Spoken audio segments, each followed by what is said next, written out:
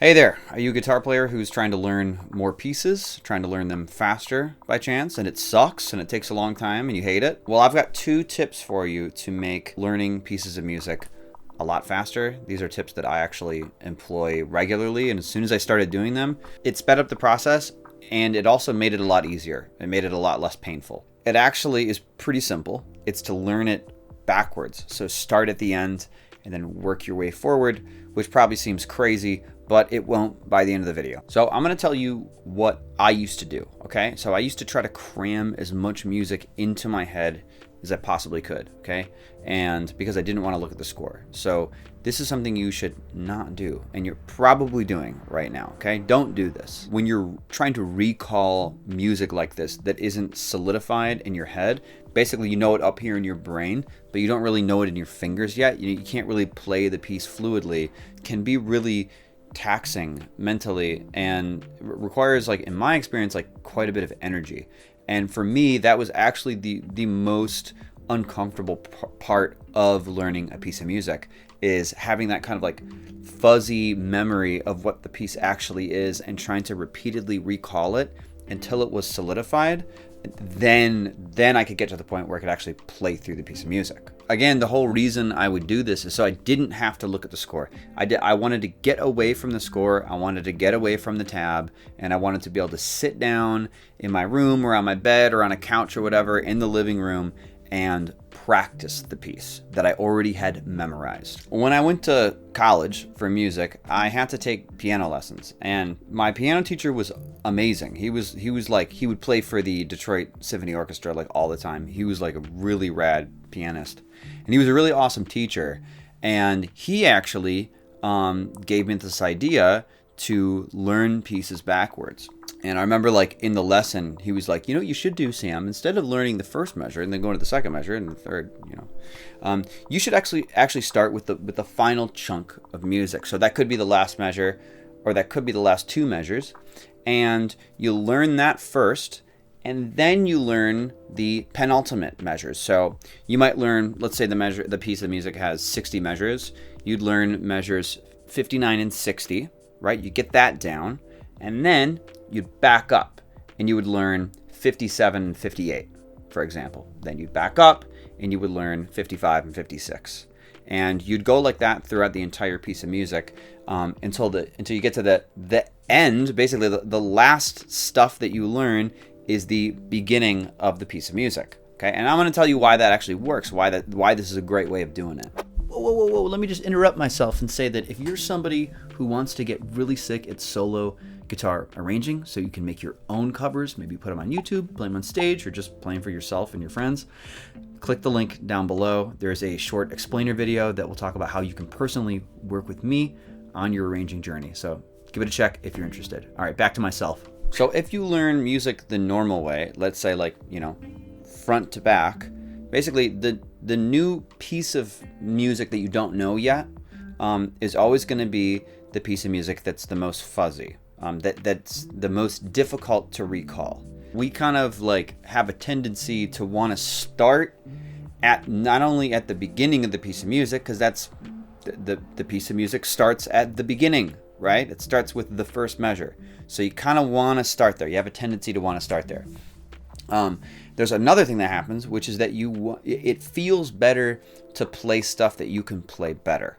Okay, so measures 1 and 2, if you learn that first and you really drill that and you kind of start to get that into your fingers, that's always going to be the best measures that you can play. They're going to be the easiest measures that you can play. They're going to be the easiest to recall, right? Because, stuff later on in the piece you haven't worked on quite as much. So all of this sort of incentivizes you to play those measures over and over again and to get up to the point where you haven't practiced it, right?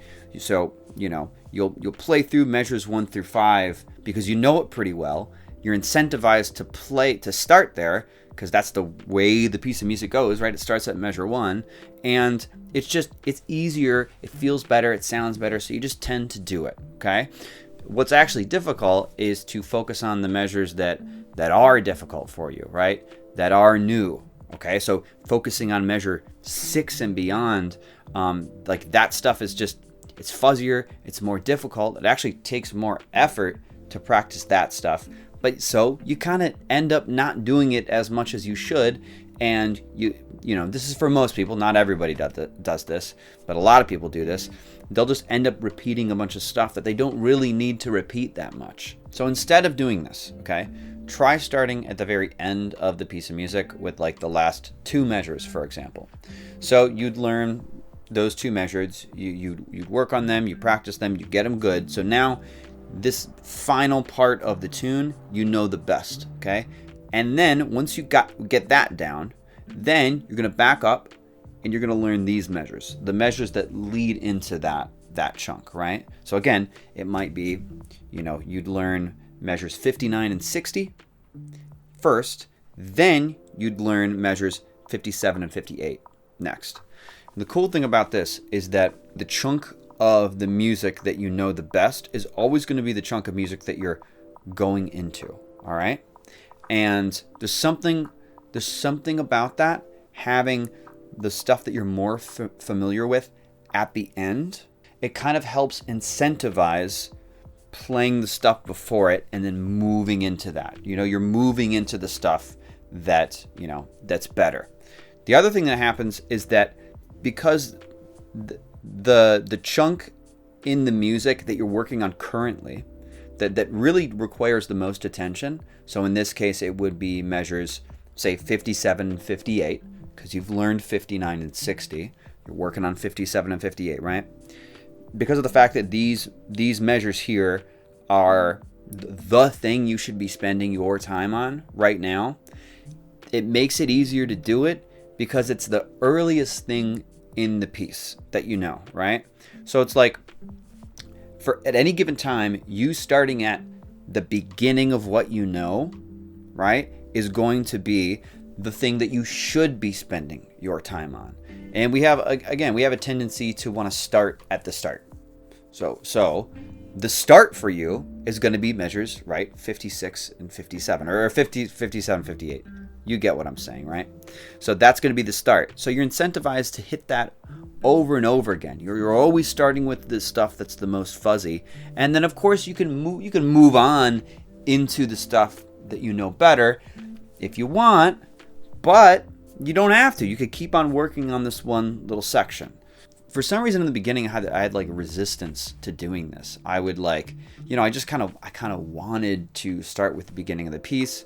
I wanted to hear myself playing the beginning, right? Because that's how it's ultimately going to be.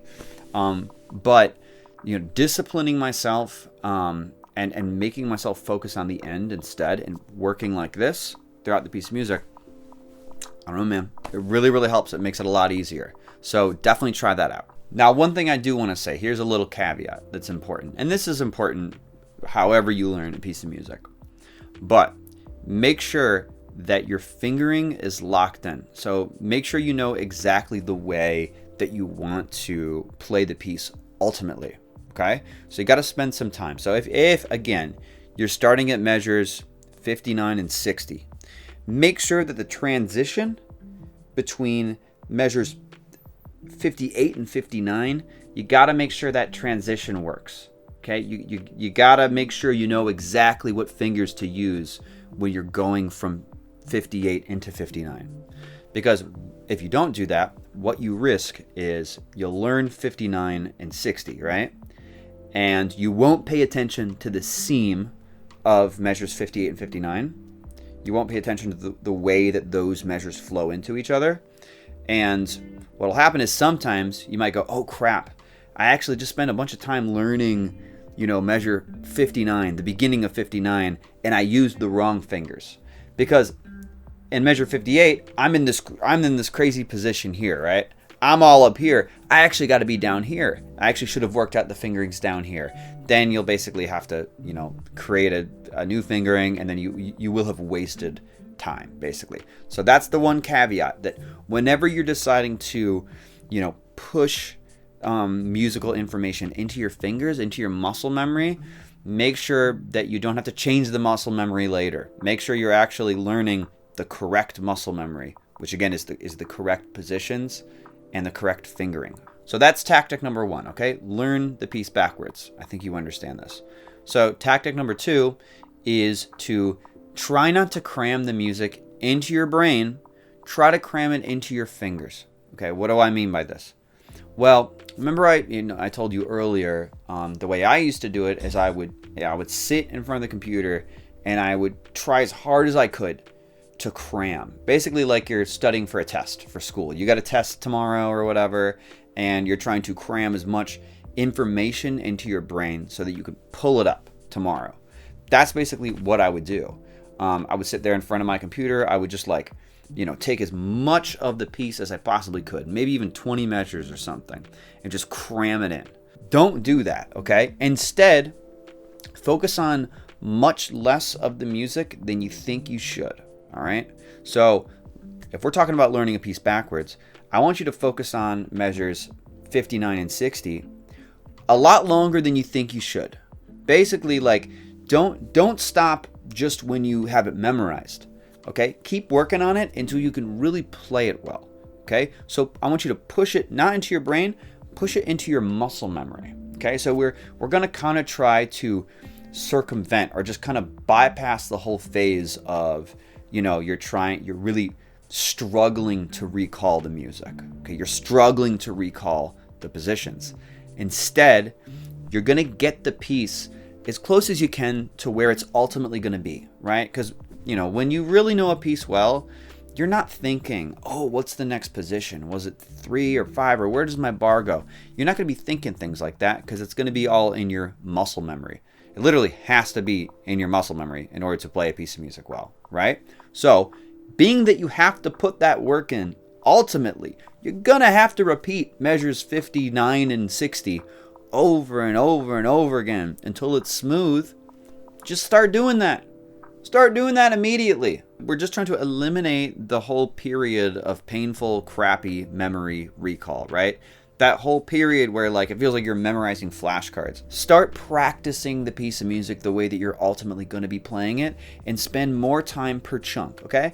So, the other benefit of this, which is really, really cool, is that you forget less. Okay? When you try to cram the stuff into your head, if you take a few days or 4 days or maybe even a week and you don't hit the piece at all, you don't practice it, you just start to forget stuff. The memory goes from, a semi kind of clear thing and it gets really, really fuzzy.